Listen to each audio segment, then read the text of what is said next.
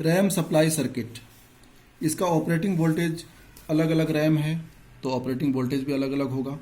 SD RAM 3.3 volt, DDR 2.5 volt, DDR2 1.8, DDR3 1.5, DDR3L 1.25।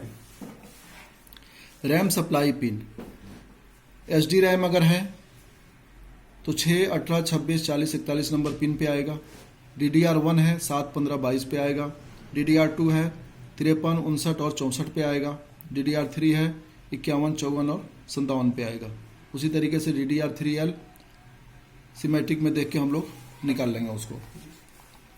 अब यहाँ पे GMCH है, ओल्ड मदरबोर्ड के अंदर GMCH अलग से दिया हुआ है और साउथ ब्रिज भी अलग से दिया हुआ है। तो GMCH और नए बोर्ड में PCH के बोर्ड में या SOC के बोर्ड में ये PCH के अंदर डाल दिया हुआ है। तो यहाँ GMCH के अंदर में मेमोरी कंट्रोलर दिख रहा है। यहाँ पे रैम है, दोनों के बीच एड्रेस, डाटा, क्लॉक, रास, कास, वी कम्युनिकेशन होना चाहिए। रैम को भी सप्लाई चाहिए, VDD SPD सिग्नल चाहिए। ये SPD VDD SPD रैम के ऊपर 8 लेग का मॉसफेट लगा होता है, यानी IC लगी होती है, जिसके अंदर में रैम की इंफॉर्मेशन होती है, उसकी ID होती है, उसकी फ्रीक्वेंसी होती है, तो उसके हिसाब से ये रीड करता है।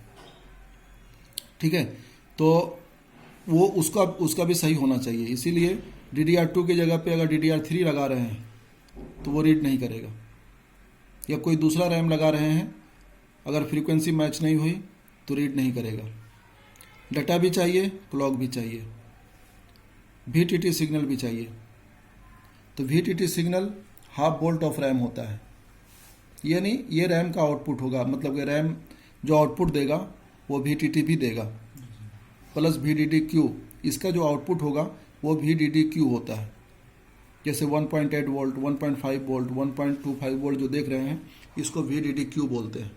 इसका हाफ वोल्ट VTT होता है, वोल्टेज टर्मिनेशन। तो हाफ वोल्ट ऑफ रैम अगर 1.5 है तो 0.75 हो जाएगा। 1.8 है अगर VDDQ यानी रैम का आउटपुट, रैम का ऑपरेटिंग वोल्टेज कितना है 1.8, तो उसका हाफ हो जाएगा 0.9 volt, 0.90। Address and data signal कहाँ से आएगा? माइक्रो प्रोसेसर से। SM डाटा और SM क्लॉक साउथ ब्रिज से आएगा। इसकी सर्किट कोई फिक्स नहीं होती है। सर्किट में इनपुट अगर ड्रेन पे है तो आउटपुट सोर्स से हो जाएगा, इनपुट अगर सोर्स पे है तो आउटपुट ड्रेन से होगा।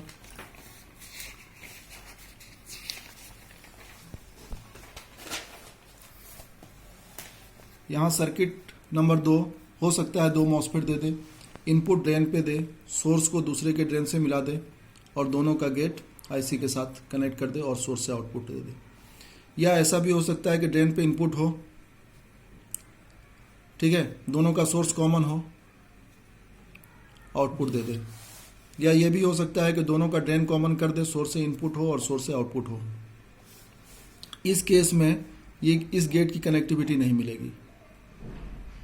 ठीक है, इस गेट की कनेक्टिविटी IC के साथ मिलेगी। इस गेट की कनेक्टिविटी क्यों नहीं मिलेगी? इसलिए कि इसके अंदर डायोड लगा हुआ है। ऐसा ये प्लस है, ये माइनस है, डायोड मोड में पास कर जाएगा ये, तो इसकी ज़रूरत नहीं पड़ेगी यहाँ पे। ऐसा भी हो सकता है कि सोर्स से इनपुट दे, इसका ड्रेन इसके सोर्स से मिला दे, ड्रेन से आउटपुट दे दे। तो कैसा भी सर्किट होने दीजिए, आपको कैलकुलेट कर लेना है उसको। अब यहाँ पे देखिए, अगर ये कॉइल दिया हुआ है रैम के सर्किट में, तो सबसे पहला काम करना है कि आउटपुट कॉइल सर्च करना है। अब जनरली क्या होता है कि लोग रैम लगाते हैं तो रैम को तो साफ कर लेते हैं, लेकिन इसके अंदर भी कार्बन लगा हो सकता है। तो इसमें भी क्या करें, IP डालें और IP डाल करके ब्रश से इसको अच्छे से साफ कर लें, तो इसके अंदर का कार्बन भी निकल जाएगा। यहाँ पे वोल्टेज दिया रहता है, आप ध्यान से देखेंगे तो यहाँ पे वोल्टेज दिया रहता है, ऑपरेटिंग वोल्टेज। यहाँ पे 1 दिया हुआ है, ठीक है, 1 से यहाँ पे काउंट होगा, 1 2 3 4 5 ऐसे करके काउंट करना है आपको। तो देखिए ये कौन सा रैम लगा हुआ है यहाँ पे, वो मैग्नीफाइंग DDR2 में 1.8 वोल्ट चाहिए, और DDR2 अगर है तो उसका पिन डिटेल्स यहाँ पे देख लीजिए, सप्लाई कौन से पिन पे आ रही है। DDR2 है 53, 59, 64। या तो आप 53 पे काउंट करके जाइए यहाँ पे, तो 53 कैसे काउंट करेंगे, यहाँ से आप काउंट कर लीजिए। जहाँ पे भी 1 दिया है, या तो यहाँ पे दिया रहेगा या तो यहाँ पे दिया रहेगा। आप चेक कर लीजिए कि 1 कहाँ पे है, वहाँ से 53 काउंट कीजिए। अगर समय बचाना है तो फिर क्या कीजिए, जस्ट लाइक ये CPU सर्किट के जैसा है। CPU सर्किट में आपने क्या देखा था,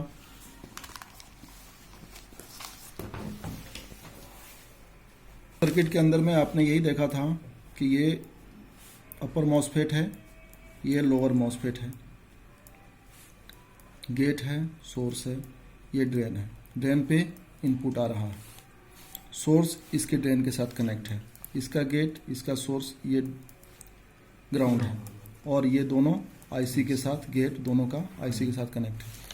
यहाँ से एक दोनों के बीच से एक सर्किट निकल रहा था, क्वाइल कैपेसिटर होते हुए, और ये रैम को जा रहा था, या सीपीयू को जाएगा, या रैम अगर लगी हुई है तो रैम को जाएगा।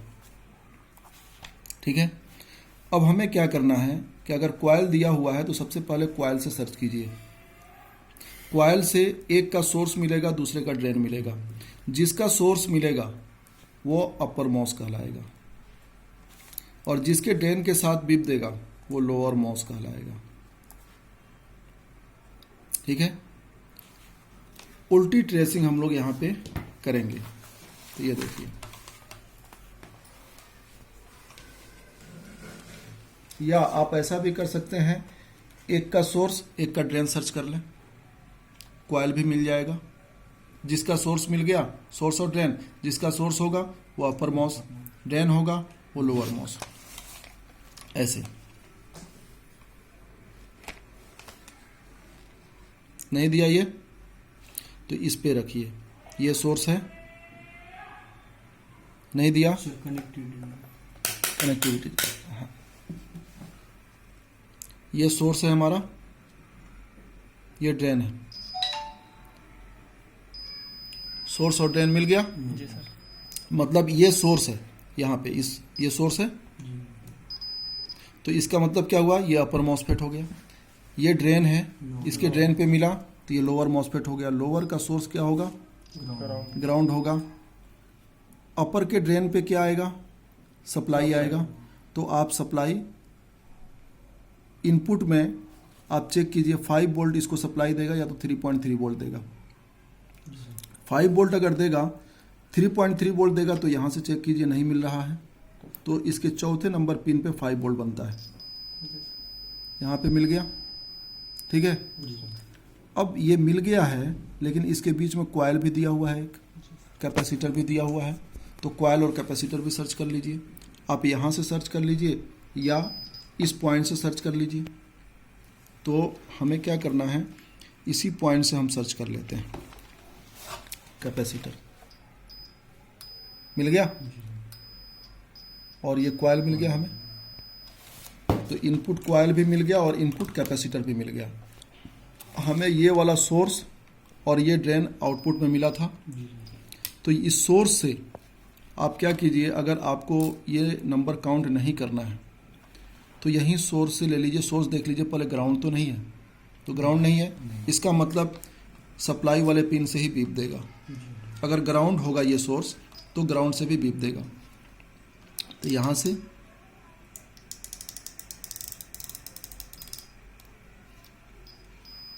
यहाँ पे दे रहा है ना, जी सर। और ये देखिए ग्राउंड नहीं मिलेगा आपको, नहीं मिल रहा। तो इसका मतलब क्या हुआ, हमें सप्लाई मिल गई। अब आउटपुट में क्वाइल कैपेसिटर होते हुए सप्लाई यहाँ आ रही है, तो इसी के सोर्स से क्वाइल और कैपेसिटर भी सर्च कर लीजिए। यहाँ पे हमने रखा प्रॉप, क्वाइल मिल गया, कैपेसिटर मिल गया, कैपेसिटर मिल गया। ये है रैम की सर्किट। अब ये सर्किट बनेगी कैसे, तो इसको देख लीजिए। सेम वैसा ही है जैसा आपने VRM सेक्शन में देखा है। जी। ठीक है, तो 2 मॉसफेट दिया है, गेट, सोर्स, ड्रेन। ये सोर्स ग्राउंड है, यहाँ से इनपुट आउटपुट हो रहा है, कॉइल 2 कैपेसिटर लगा दिया है और ये रैम स्लॉट को जा रहा है। यहाँ पे इनपुट आ रहा है, कॉइल, कैपेसिटर, कॉइल होते हुए कितना आ रहा है, 5 वोल्ट की सप्लाई आ रही है। कहीं कहीं पे डायरेक्ट ये नहीं देकर एक और मॉसफेट दे देगा, वो भी हम लोग देख लेते हैं, कहीं ना कहीं मिल ही जाएगा।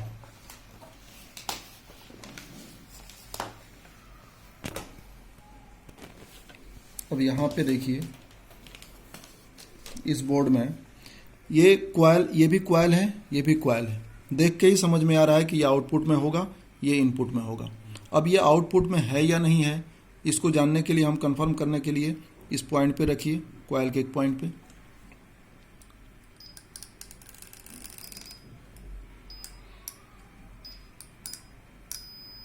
मिल गया। ये भी ग्राउंड चेक कर लीजिए पहले, ग्राउंड भी नहीं है, मतलब हमें मिल गई सप्लाई। अब यहाँ पे मॉसफेट दिया हुआ है, एक पिन पे सप्लाई आ रही है इसके, ठीक है। तो इस कॉइल पे देखिए मिल गई सप्लाई, एक पिन से आउटपुट हुआ, एक पिन पे इसके इनपुट हुआ। समझ में आ रही है बात। आउटपुट हुआ है इस कॉइल से, यहाँ पे इस मॉसफेट के इस पिन से कॉइल पे गया, और कॉइल से कैपेसिटर भी लगा होगा, तो कॉइल से ही कैपेसिटर चेक कर लीजिए। तो ये वाला कॉइल है, यहाँ पे रखिए।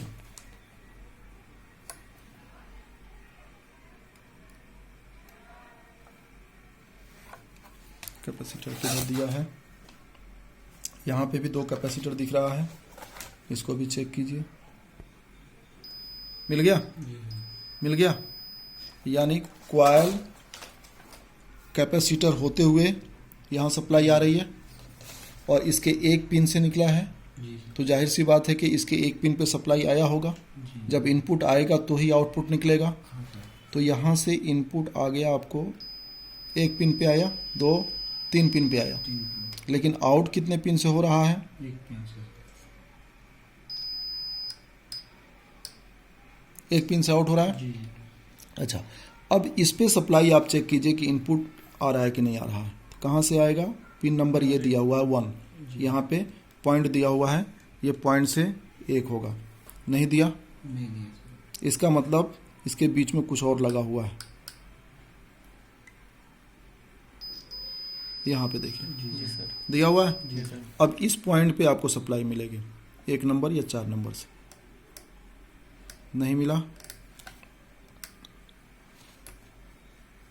4 नंबर से चेक कीजिए, यहाँ पे मिल रहा है। 4 नंबर से यहाँ पे भी देखिए नहीं मिल रहा है, यानी यहाँ पे आया और उसके बाद यहाँ से दे रहा है। एक पिन पे इनपुट हुआ, एक पिन से आउटपुट हुआ, और आउटपुट में भी इसी के पाथ में ये दोनों लगा हुआ है। कॉइल, कैपेसिटर भी है, तो कैपेसिटर भी चेक कर लीजिए।